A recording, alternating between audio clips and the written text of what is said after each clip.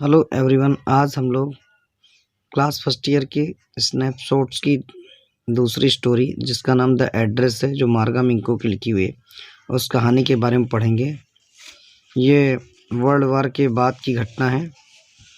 Holland में एक lady रहती थी जिसकी माँ ने उसका अपना सामान युद्ध के समय किसी अपनी पड़ोसी महिला के पास छोड़ दिया था। लेकिन उसकी लड़की युद्ध के बाद जब अपना सामान लेने जाती है तो अपने सामान को देखकर उसे बहुत दुख होता है और वो निश्चय करती है कि उस सामान के बारे में कभी भी याद नहीं करेंगी। This story is a poignant encounter of a daughter. यह एक छोटी सी कहानी, एक मर्मस्पर्शी एक पुत्री की कहानी है। Who goes in search of her mother's belonging after the war in Holland, जो युद्ध के बाद अपनी माँ के सामान को लेने के लिए जाती है। When she find them, जब वह उसको पाती है, the objects evoke memories of her real life, उसकी प्रारंभिक जीवन की यादें उससे आ जाती हैं। However, she decide to leave them all behind, फिर भी वो अपना सारा सामान पीछे छोड़ने का निश्चय करती है। And resolve to move on, और वहाँ से जाने का दृढ़ निश्चय करती है। तो स्टोरी शुरू करते हैं। Do you still know me? क्या तुम अब भी मुझे जानती हो? I asked, मैंने पूछा। The woman looked at me searchingly, उस महिला ने मेरी ओर बहुत गंभीरता से देखा। She had open the door a chink, उसने धड़ाक की आवाज़ के साथ दरवाज़ा खोला।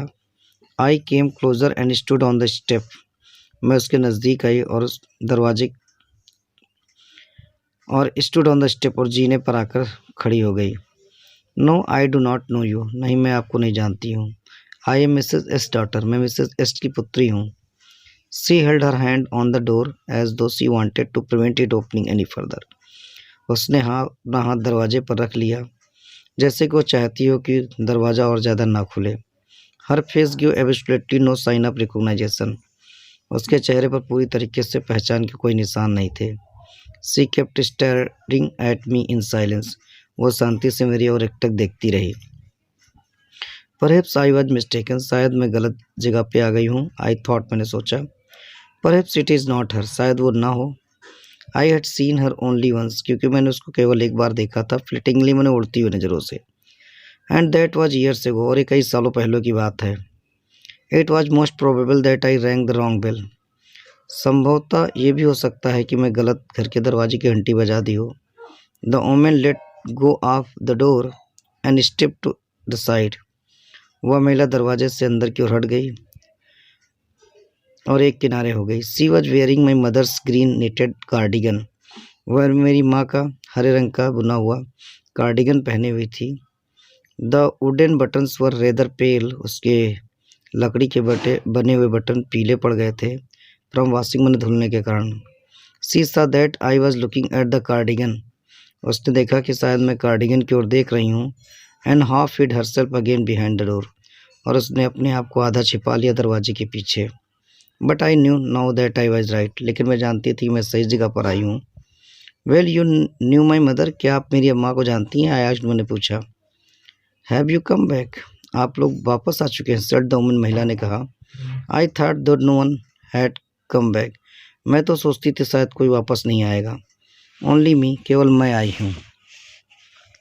अ door open and close in the passage behind her, एक दरवाज़ा पीछे की ओर खुला और बंद हो गया। अ मस्टी स्मेल इमर्ज्ड, एक दुर्गंध वहाँ से आई। आई रिग्रेट, मुझे खेद है। I can not do anything for you, मैं आप लोगों के लिए कुछ नहीं कर सकती। I have come here specially on by the train, मैं यहाँ पर ट्रेन से आई हूँ। I wanted to talk to you for a moment, मैं आपसे कुछ क्षण के लिए बात करना चाहती हूँ। It is not convenient for me now, said the woman, महिला ने कहा कि अभी मेरे लिए बात करना सुविधाजनक नहीं है। I can not see you, मैं अभी तुमसे नहीं मिल सकती। अनदर टाइम, किसी दूसरे टाइम आना। सी नॉडेड, उसने सहमति में सिर हिलाया। And cautiously close the door, और सावधानी से दरवाजे को बंद कर लिया।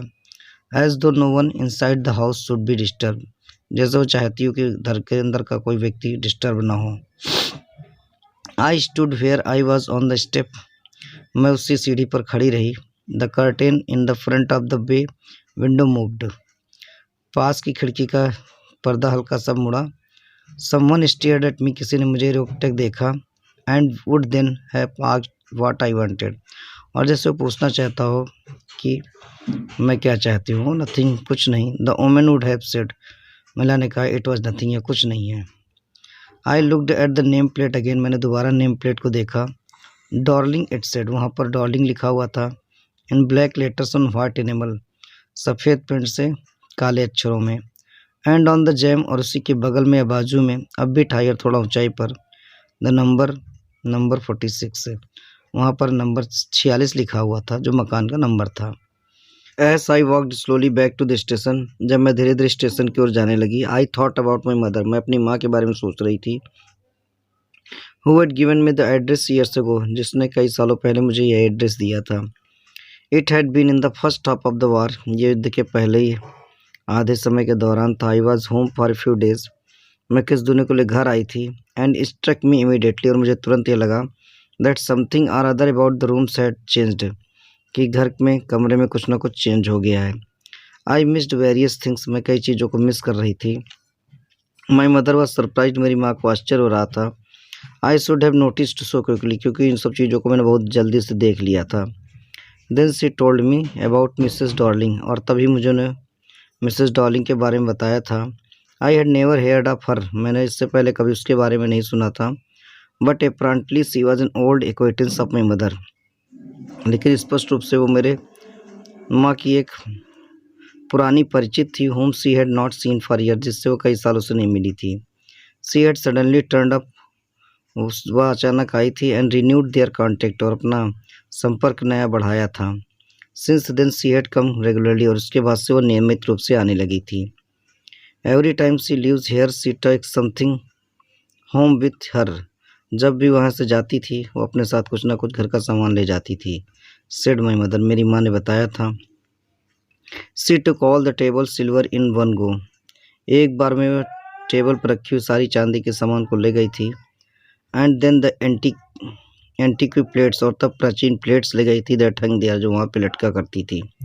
सी had trouble lugging those large vases, वह बहुत परेशानी उठा रही थी उन सामान को ले जाने में। And I am worried she got a crick in her back from the crockery, और मुझे चिंता हो रही थी कहीं उसकी कमर में मोच ना जाए, जो क्रॉकरी का सामान ले जा रही थी। My mother shook her head pityingly, मेरी माँ ने अपने सिर को बहुत दयालुतापूर्वक हिलाया था। I would never have dared ask her, लेकिन मेरे अंदर साहस नहीं हुआ उस पूछने का। She suggested it me to herself, वो खुद इसका सुझाव मुझे देती थी। सी इवन इंसिस्टेड, वो यहाँ तक का आग्रह करती थी। She wanted to sell all my nice thing, कि वो मेरे सारे सामान को बचाना चाहती है। If we have to leave here, यदि हमें मैं संस्थान पर छोड़ना पड़ा, we shall lose everything, she says, वह कहती थी कि आप सब कुछ, अपना सामान खो दोगे। Have you agreed with her that she would keep everything, I asked. Have you agreed, कि आप सहमत हो गई थी वह सारा सामान अपने साथ रखेगी, आई आस्क्ड, मैंने पूछा। As if that necessary, my mother cried, क्या यह चीज़ ज़रूरी है, मेरी माँ ने चिल्लाते हुए कहा था।